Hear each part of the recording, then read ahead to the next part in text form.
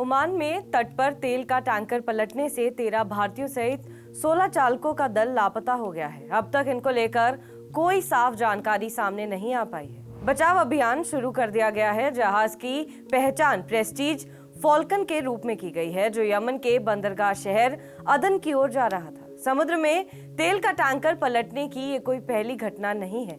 समुद्र में लीक होता तेल पहले ही समस्या बना हुआ है, जिसका हल नहीं निकल पा रहा है। हमेशा से ही समुद्री रास्ता व्यापार के लिए अहम रूट है, खासकर तेल की डिलीवरी के लिए। इसकी भी कई वजह है। अब ओमान की घटना से सवाल उठता है कि आखिर अंतर्राष्ट्रीय व्यापार में तेल की डिलीवरी के लिए समुद्री रूट सबसे ज्यादा क्यों इस्तेमाल किया जाता है। समुद्री रास्ता क्यों सबसे बेहतर है? 8 बड़ी वजह आज हम आपको बताते हैं। पहली, समय की बचत। समुद्री रास्ता दुनिया भर में डोमेस्टिक और इंटरनेशनल ट्रेड का रूट रहा है, लेकिन सवाल यह है कि व्यापार के लिए सबसे ज्यादा इसी रूट का इस्तेमाल क्यों होता है। इसकी सबसे बड़ी वजह है कि समुद्री रास्ते के जरिए एक से दूसरे देश सामान ले जाने में समय कम लगता है। समय कम लगने के कारण तय तारीख पर डिलीवरी होती है और व्यापार प्रभावित नहीं होता। दूसरा, किसी तरह की बाधा नहीं।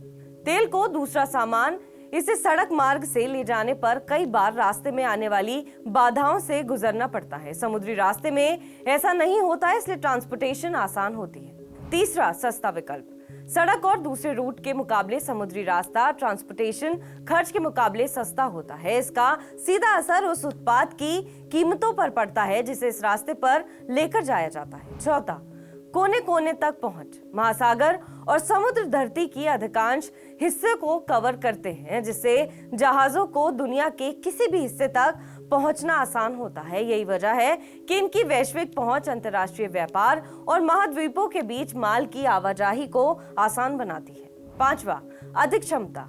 जहाज लंबी दूरी तक बड़ी मात्रा में सामान ले जा सकते हैं। ये उच्च क्षमता सी ट्रांसपोर्टेशन को अंतर्राष्ट्रीय व्यापार के लिए उपयुक्त बनाती है।